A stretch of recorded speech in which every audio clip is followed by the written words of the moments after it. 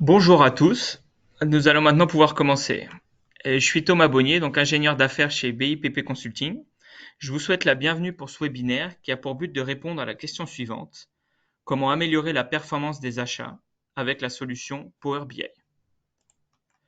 Ce webinaire se déroulera en 4 étapes. Premièrement, je ferai une présentation rapide de la société, puis je passerai la main à Céline, notre experte Power BI, qui commencera par rappeler les problématiques liées aux achats et qui fera ensuite une présentation et une mise en pratique concrète de la solution Power BI.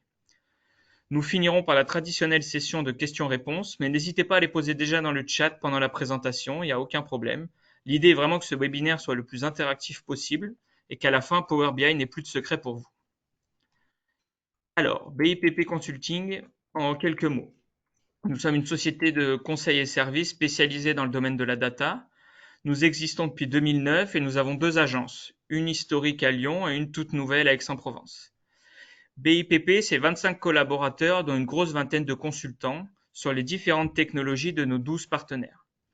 Nous avons plus de 100 clients à travers la France, mais principalement dans le quart sud-est, car l'idée est vraiment d'être proche de nos clients et de s'adapter à leurs besoins. Et ça passe naturellement aussi par la proximité géographique. Nous adressons trois sujets principaux chez nos clients.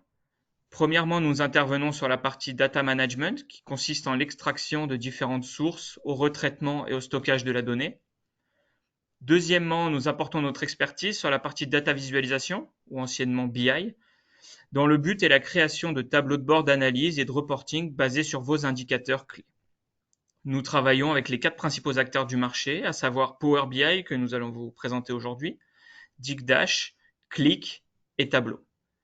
Ensuite, nous accompagnons aussi vos directions financières et de contrôle de gestion dans la mise en place de solutions dites d'EPM, qui permettent d'optimiser votre processus budgétaire en simplifiant les remontées budgétaires, en important les fonctions de simulation, versionning et workflow, ainsi qu'en autorisant le chargement automatique des données du réel.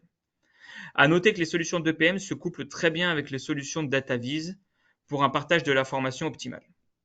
Pour finir, nous faisons un peu aussi de data science. Donc après les cœurs de métier, voici les différents services que nous vous proposons. L'idée générale, c'est de vous accompagner durant toute la phase de votre projet. Donc depuis la formalisation de besoins et l'aide au choix de la solution, jusqu'à la partie formation et support. J'ouvre juste une petite parenthèse par rapport au choix de la solution. Nous sommes complètement indépendants de nos partenaires, donc nous saurons vous présenter la solution qui s'intégrera le mieux à votre contexte et qui répondra le mieux à votre problématique. Le tout est réalisable au forfait ou en régie, à temps partiel ou à temps plein, suivant donc l'avancement et les besoins de vos projets. Voilà, vous savez tout. Je laisse maintenant la place à Céline qui va vous présenter la solution de DataVis Power BI. Bonjour à tous, est-ce que vous m'entendez bien? Je Je suis suis Céline Céline Olanier, Olanier, consultante consultante décisionnelle décisionnelle chez chez BIPP BIPP Consulting Consulting depuis depuis maintenant maintenant 3 3 ans. ans. Je vous propose du coup de voir comment on peut intégrer la problématique des achats via Power BI. Et la première chose, c'est vraiment de déterminer, de nous intéresser dans un premier temps aux objectifs des acheteurs. Donc le métier d'acheteur, ça consiste à réduire les coûts d'achat des produits afin d'accroître la marge de l'entreprise. Les acheteurs sont souvent chargés de négocier des prix avec des fournisseurs pour minimiser les coûts d'achat, bien sûr à qualité de produit équivalent. Il s'agit aussi d'anticiper les problèmes d'approvisionnement. Donc les acheteurs, ils doivent veiller à ce que l'entreprise dispose des biens et des services nécessaires pour maintenir son activité en marche et d'identifier si des articles sont à surveiller. Par exemple, si on fait des achats en grande quantité ou que des articles ont de fortes variations de prix. Donc il faut pouvoir identifier ces articles et les surveiller à travers le temps puisque c'est des articles stratégiques pour l'entreprise.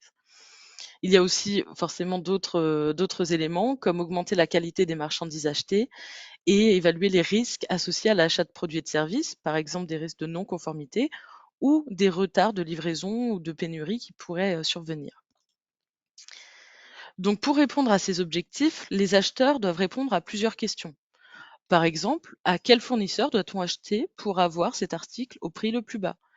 Est-ce qu'une période de l'année en particulier permet d'avoir certains articles à un meilleur prix? Quand est-ce qu'on achète le plus et quels sont les articles qui nous qu'on achète le plus et qui sont nécessaires pour nous pour avoir une surveillance dessus? et comment évolue le prix d'achat de mes articles dans le temps.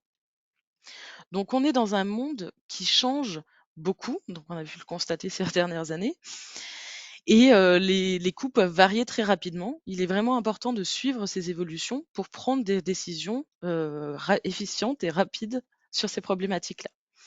Donc, pour répondre à toutes ces questions, les analystes doivent faire quoi? Récupérer les données d'un ou plusieurs systèmes, croiser ces données, les retraiter, mettre en forme ces données pour les rendre lisibles et accessibles. C'est un processus qui est très chronophage pour finalement ne pas savoir si ne pas connaître la fiabilité des données sur lesquelles on se trouve si on se base sur des fichiers. Par exemple, est-ce que quelqu'un a fait des modifications sur ce fichier? Quelles ont été les sources utilisées? Quelles sont les règles de calcul qui ont été appliquées? C'est aussi fastidieux dans le partage d'informations aux bons interlocuteurs au bon moment. Finalement, tout ce processus est assez lourd et il reste très peu de temps pour la partie analyse. C'est pourquoi l'utilisation d'un logiciel de visualisation de données peut permettre d'alléger ce processus en l'automatisant pour se focaliser sur l'analyse. Tout d'abord, quelques rappels. Qu'est-ce que c'est la visualisation de données? La visualisation de données, là, ça va être un outil pour mettre en forme de manière lisible un ensemble de données brutes. Il ne s'agit pas simplement de faire joli, mais vraiment d'assurer sa compréhension à tous ces secteurs de son entreprise, à tous ses secteurs d'activité et à tous ses interlocuteurs. Pourquoi on veut faire de la data visualisation? Donc, comme on l'a évoqué, le but est vraiment de donner du sens aux données et de faciliter la lecture pour les rendre exploitables. Ça, c'est valable pour tous les métiers de l'entreprise. Si par exemple on s'intéresse plus particulièrement aux achats, suivre les évolutions, ça peut être suivre les évolutions des prix, des dépenses dans le temps. Prendre des décisions éclairées en fonction de vos objectifs, ça peut être choisir une période où les prix d'achat sont plus bas pour un article. Ajuster sa stratégie aux opportunités, aux menaces, c'est dire faire un choix au niveau de nos fournisseurs, en choisir un plutôt qu'un autre, pour des questions de délai de livraison par exemple. Optimiser et tout ce processus va permettre d'optimiser ses coûts et d'augmenter sa marge. Donc, qu'est-ce que c'est Power BI? C'est une plateforme de business intelligence et de visualisation de données qui est développée par Microsoft. Même si on ne vous présente plus Microsoft, je vais quand même dire quelques mots sur l'éditeur. Donc, voici quelques éléments importants sur Power BI. Donc, c'est un outil Microsoft, comme on l'a dit, et ça veut dire qu'il est étroitement lié avec les autres outils de la suite Office 365, comme par exemple SharePoint, Teams, Excel. On va le voir plus en détail par la suite. Il y a plus de 5 millions d'abonnés à travers le monde. En 2021, c'est 36% des parts de marché de la BI qui sont portées par Power BI. Et Power BI, il est leader sur son marché, comme on va pouvoir le voir tout de suite sur l'étude de Gartner. Pourquoi il est leader sur son marché? Pour plusieurs raisons. Donc, on a un rythme de mise en production qui est très rapide. On a des mises à jour qui sont faites mensuellement sur Power BI. C'est une solution à moindre coût et flexible parce qu'on a un type de licence qui est par abonnement, par utilisateur et par mois, sans engagement. Et on peut en fait s'adapter à tout type de structure, qu'on soit sur des plus petites structures ou de grandes structures grâce à l'offre Power BI Premium. Et la mise en place est simple et rapide, puisqu'on peut se baser sur le cloud Microsoft pour avoir une infrastructure flexible et rapide à mettre en place. Quelques mots sur l'architecture de la solution. Donc, comment ça se passe quand on développe un projet Power BI? En fait, on va se connecter à une ou plusieurs sources de données dans le Power BI Desktop. Le Power BI Desktop, qu'est-ce que c'est? C'est le client lourd qui sera utilisé par le créateur de rapport. Et donc, à partir de là, on va récupérer par exemple des éléments qui viennent d'un ERP, des objectifs qui pourraient être définis dans un fichier Excel. Le but est vraiment de croiser vos données, de les charger dans la partie Power BI Desktop, de créer votre rapport et de le publier sur le Power BI Server, qui peut être à la fois une instance locale ou une instance cloud. Et vos utilisateurs vont directement en fait pouvoir accéder à ces informations soit à partir d'un PC, de tablette ou de mobile, puisqu'il y a des applications disponibles à la fois sur iOS et sur Android, pour consulter le contenu de ce rapport. Et les données vont être mises à jour en faisant un lien justement entre vos données en local et votre Power BI Server pour pouvoir les mettre à jour, soit une fréquence prédéterminée, soit sous d'autres modes de connexion que vous verrez par la suite aussi. Ce que je vous propose, c'est de passer directement à un exemple concret pour vous montrer comment améliorer la performance des achats avec la solution Power BI. Donc,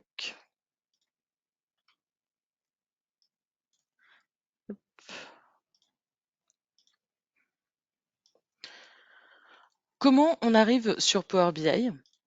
En fait, on va directement taper Power BI sur Internet, comme ici, et vous avez la possibilité de vous connecter. Cette connexion, en fait, elle va se faire via Azure Active Directory et ça va restreindre nos droits. Restreindre nos droits de comment? De plusieurs façons. Ça va être déjà un droit d'accès au contenu.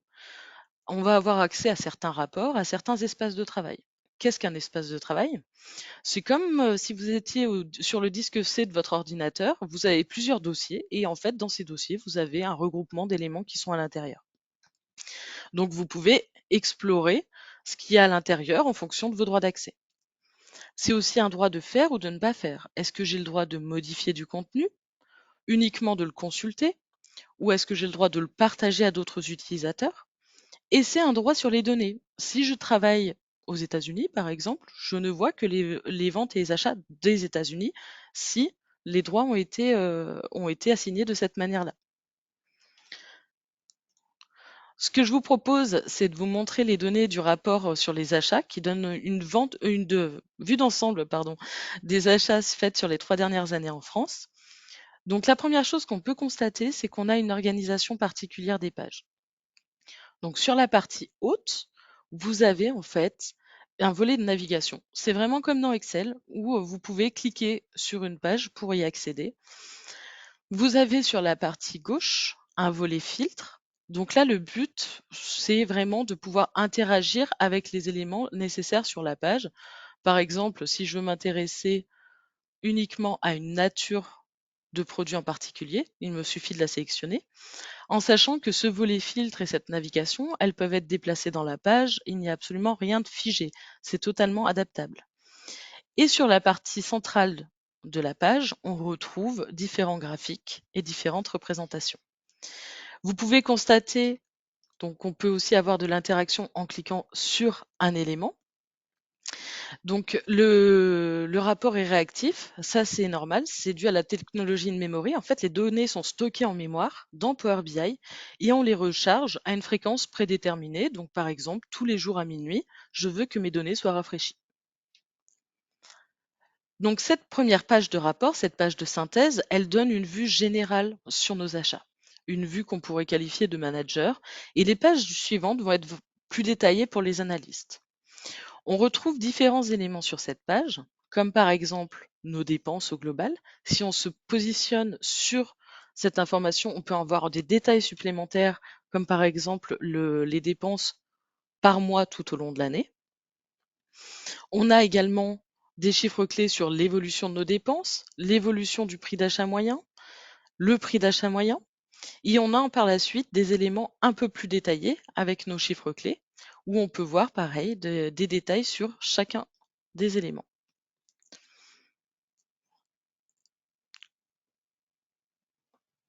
Donc si par exemple on s'intéresse à cette page-là, on peut voir le top 5 des natures d'articles par quantité d'achat. Donc si par exemple on s'intéresse à nos matières premières, on voit les dépenses au fur et à mesure des mois. Et on peut aussi également constater qu'on a sur cette partie-là les économies qu'on peut faire. Donc on peut avoir même des détails sur les calculs qui ont été effectués ou des informations supplémentaires sur nos différents graphiques. Et là, par exemple, si on s'intéresse au top 5 des articles les plus rentables, on a aussi la possibilité de creuser, d'aller un peu plus loin pour récupérer des informations. Donc par exemple, si ici, je vais voir le détail de l'évolution du prix d'article, pourquoi en fait on a ce prix qui a été diminué à travers le temps. Vous voyez ici, dans cette rubrique, il s'agit de frais de port. En fait, on a effectivement fait des économies, mais parce qu'on a des frais de port qui ont diminué. Si je reviens sur cette page-là et que je sélectionne mon produit, je peux voir qu'effectivement, en juin, on a fait très peu de commandes finalement, donc ce qui peut expliquer qu'on ait moins de dépenses à ce niveau-là. Alors on est positionné sur l'année 2021, donc il y a aussi un lien à faire avec les périodes de confinement.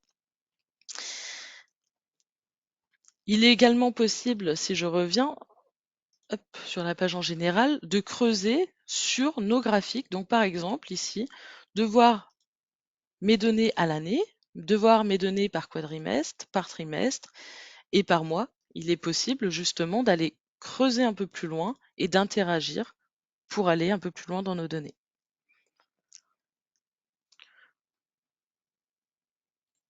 Si on s'intéresse maintenant à la page fournisseur, on va avoir différentes informations sur nos fournisseurs, par exemple nos nouveaux fournisseurs, nos fournisseurs habituels, nos fournisseurs prévus, et on peut également s'intéresser à leur localisation. Donc on peut voir nos différents fournisseurs en fonction des régions où ils sont situés ou des départements. Et on peut voir qu'il n'y a pas forcément de lien entre notre nombre de fournisseurs et nos dépenses. Donc ça peut nous donner des informations qui sont assez importantes, puisque finalement, dans le département 72, on a beaucoup c'est le top de nos dépenses, mais finalement, pour un nombre de fournisseurs qui ne sont que 11, contrairement à la région du Nord, où on constate qu'on a 91 fournisseurs pour des dépenses qui sont moins importantes. Donc nos dépenses par fournisseur ne sont pas forcément équivalentes entre nos régions et nos départements. Il est aussi intéressant de pouvoir, par exemple, mettre en parallèle nos dépenses avec nos quantités achetées, et ceci soit de manière cumulée, soit de manière non cumulée. Pour aller un peu plus loin, donc par exemple, là, je peux m'intéresser par mes dépenses par fournisseur et je peux également retrouver des éléments, des quantités d'achetés, par exemple, pour mes différents acheteurs. Je vous propose maintenant de nous rendre sur la page article. Donc sur cette page article, on va voir dans le graphique du bas l'évolution du prix d'achat moyen au cours du temps. Donc ce qu'on peut remarquer, c'est que sur la période de janvier 2021, on a plus d'achats que sur les autres années. Et ceci, par exemple, pour cet article ici. Si on sélectionne cet article, on va pouvoir avoir plus d'informations. Par exemple, sur la gamme de produits qui est concernée, donc c'est les protections individuelles. Sur la famille de produits, donc là il s'agit de gants. Et sur la sous-famille, il s'agit de gants à usage unique. On peut y décider encore une fois d'aller creuser un peu plus loin et d'aller voir le détail d'achat de ces articles à l'année en creusant et en voyant par exemple les quantités achetées et les dépenses par mois pour ce type de produit en particulier.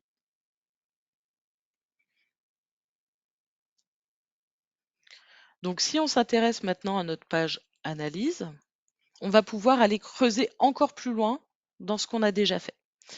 Donc par exemple, ici, on a identifié précédemment un code article qui était intéressant. Donc là, on va pouvoir directement sélectionner un code article, qui est déjà ici, et vous allez pouvoir en fait directement personnaliser ce tableau qui est présent ici. Donc je vais pouvoir dire par exemple, je veux voir plus d'informations. Si je veux rajouter un code fournisseur, je rajoute mon code fournisseur et ça va nous apprendre des choses intéressantes. Parce qu'effectivement, ces gants à usage unique taille M sont ont un prix d'achat moyen qui a beaucoup augmenté, mais pour un fournisseur en particulier, pas pour l'intégralité de nos fournisseurs qui nous fournissent le même produit. Et donc ça va nous permettre de dire que on a acheté finalement beaucoup plus en quantité à ce fournisseur-là, en sachant que le prix d'achat moyen était plus important. Ça nous permet d'identifier des articles à surveiller, mais également des fournisseurs, mettre en place des décisions et de dire bah, finalement ce fournisseur-là, est-ce que c'est le cas sur d'autres produits? Donc le but est vraiment l'interactivité dans le rapport, revenir sur un élément, aller sur un autre, pour pouvoir prendre de meilleures décisions. Donc là, on a pu voir on peut modifier directement notre graphique en rajoutant des informations supplémentaires. Outre l'ajout d'éléments dans le graphique, on peut également changer totalement la forme de graphique si celui-ci ne nous convient pas. Donc là, par exemple, si je voulais créer un camembert, je choisis mon graphique en secteur. Ici, à ce niveau-là, on va rajouter une légende qui pourrait être par exemple la nature de notre article. Ce qui m'intéresserait, c'est plutôt de l'analyser en fonction des dépenses qui a pu avoir lieu. Et je reviens. Donc là, en fait, j'ai un article en particulier et une famille qui sont sélectionnés. Si je les enlève, je récupère bien l'ensemble de mes dépenses par nature. Donc là, j'ai fait ce type de graphique, mais ça pourrait être tous les graphiques qui sont proposés à ce niveau-là. Si je voulais voir un graphique en barre, je pourrais voir aussi un graphique en barre. Et ces modifications que l'utilisateur peut faire, il peut les sauvegarder. Donc on va créer ce qu'on appelle un signet. Donc on rajoute un signet qu'on pourrait appeler histogramme par nature et dépenses. Ça va permettre en fait à l'utilisateur de garder cette vue-là et de pouvoir réinitialiser la vue par défaut qui avait été définie pour mon rapport. Ce que je vous propose, c'est de passer à la partie prévision. Donc cette partie prévision, elle est intéressante aussi parce que cette partie-là va vous permettre de faire des scénarios, de faire des tests pour, en fonction de plusieurs paramètres, anticiper ce qui pourrait se passer dans le temps. Donc si je mets mon taux de croissance et mon taux de perte à 0, vous pouvez constater que mes dépenses sont équivalentes à mes prévisions. Si par contre j'estime que je vais avoir une croissance de 9% dans mes achats avec un taux de perte de 1,60% par exemple, vous voyez que mes prévisions sont automatiquement recalculées en fonction de ça. J'ai également la possibilité d'exporter cet élément-là, donc ce tableau, soit avec la disposition actuelle, soit des données résumées et en fonction des droits qu'on vous a assignés, les données sous-jacentes qui ont permis à la construction de ce tableau-là. Donc il y a tout un tas d'éléments qui sont aussi disponibles en plus sur la page de rapport Power BI. Donc vous avez la possibilité donc d'exporter, comme on l'a pu le voir, un graphique, un visuel. Vous avez même la possibilité de copier des visuels en tant qu'image. Et vous avez la possibilité d'exporter un rapport, donc soit en PDF, donc ça sera un document figé à un instant donné, soit en PowerPoint de deux manières différentes, soit un PowerPoint qui est sous forme d'image, soit également la possibilité d'avoir dans un PowerPoint un rapport dynamique sur lequel vous pouvez interagir, changer de page, changer les filtres. Et vous pouvez également analyser dans Excel. Ça veut dire en fait que vous allez exporter un tableau croisé dynamique de l'ensemble du rapport et avec lequel vous allez pouvoir interagir. Hop. Je vous le montre. Donc en fait, ça va vraiment vous exporter ce type d'éléments-là, où je vais pouvoir dire, retrouver ici la liste des éléments qui sont dans mon modèle de données. Donc ça peut être intéressant, par exemple, pour vos utilisateurs analystes, de dire, moi, ce qui m'intéresserait, c'est d'avoir ma nature en filtre,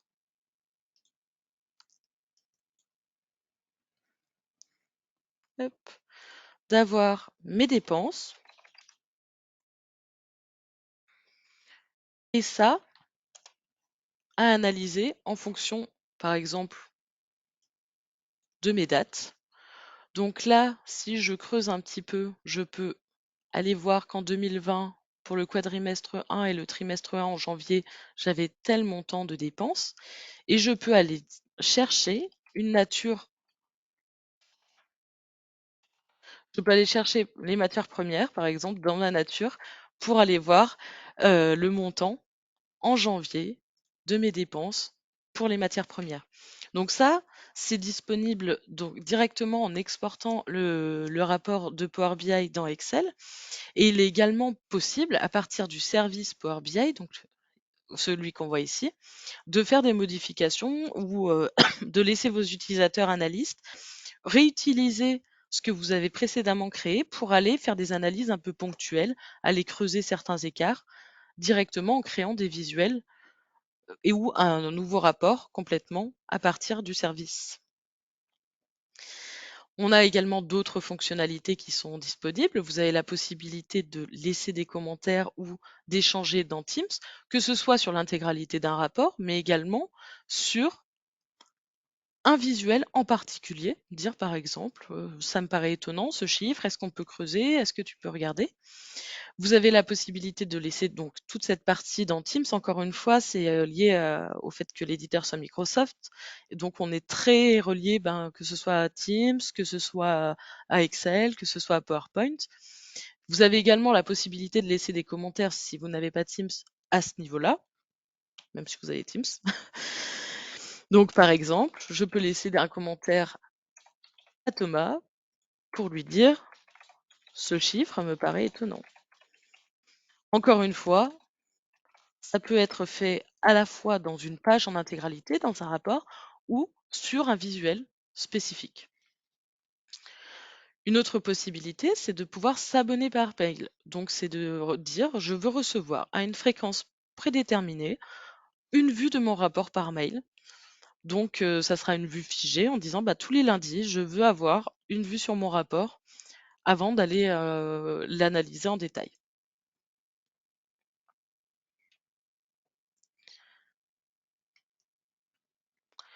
Hop. Si je reprends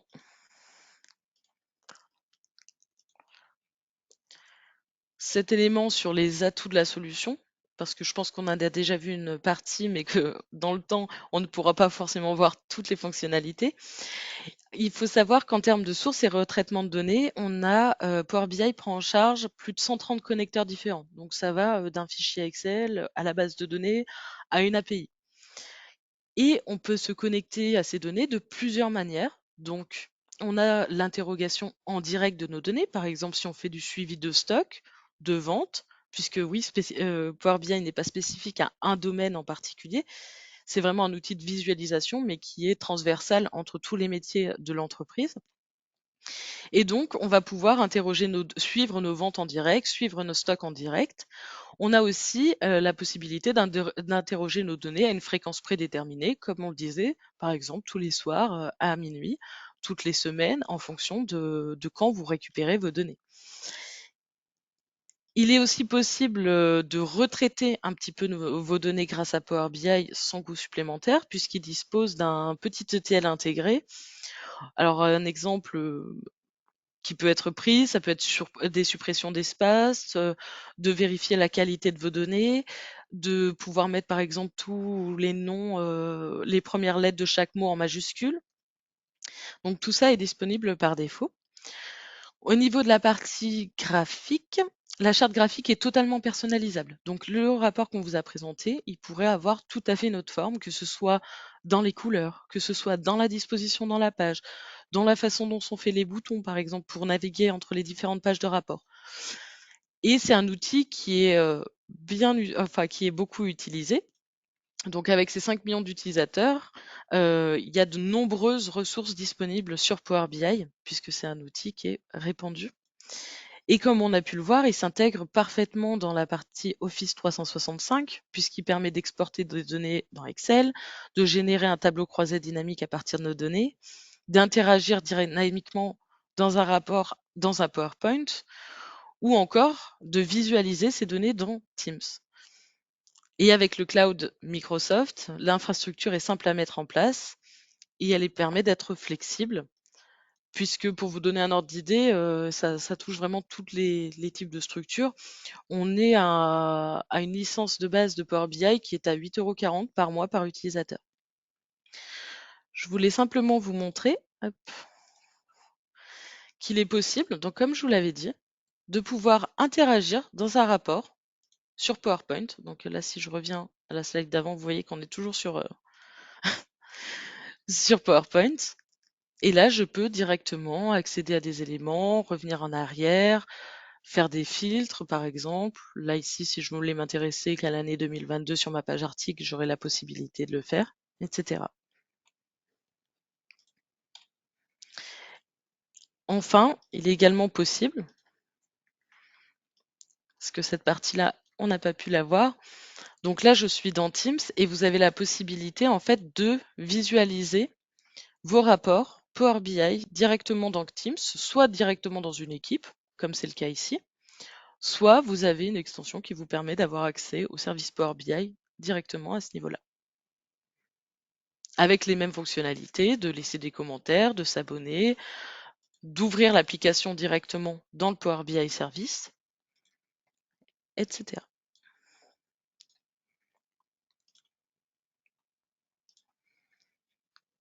Est-ce que vous avez des questions?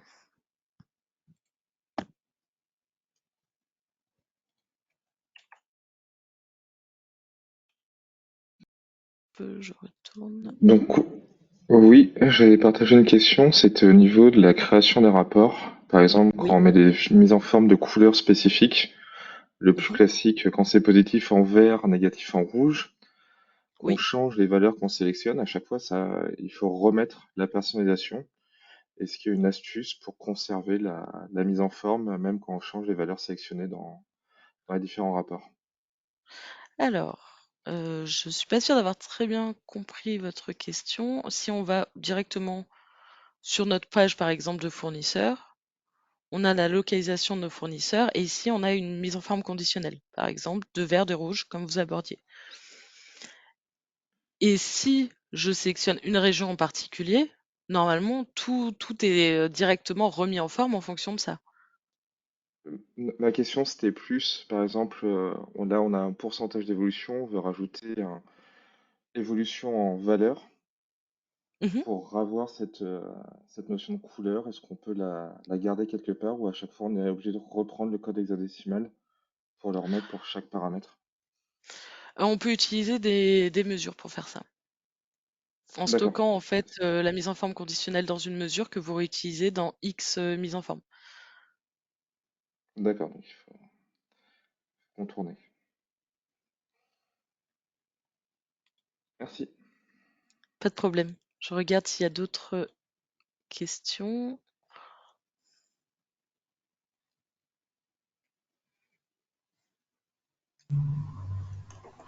N'hésitez pas, hein, si vous avez des questions, c'est le moment.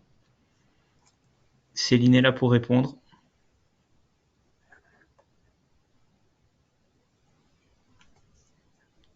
Un dernier, une dernière précision sur votre question précédente. Dans Power BI, il est possible de définir des thèmes qui sont communs à tous vos rapports. Je ne sais pas si vous avez déjà utilisé la fonctionnalité, mais on peut définir un thème qui sera une gamme colorielle. On peut même aller à la précision du graphique en particulier qu'on souhaite voir avec par défaut telle couleur, telle police, et le réutiliser dans X rapport. Et vu que Ouais, c'est du coup, assez proche, pardon. oui, du coup, ça c'était bon, mais c'était juste les mises en forme conditionnelles que je n'avais pas appliquées dans un thème. Mais il faut utiliser du coup une valeur, une mesure spécifique. Très bien.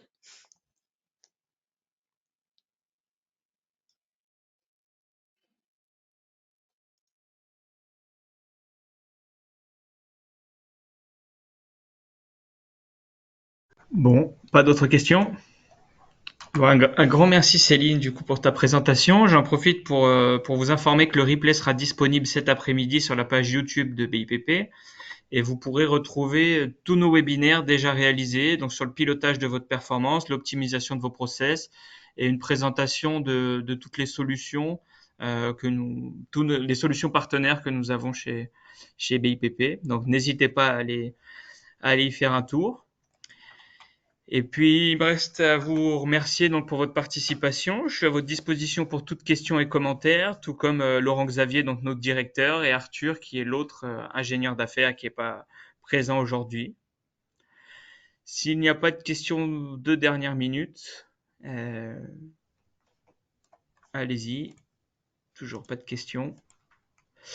Eh bien, ce webinaire va maintenant prendre fin, à part si toujours rien.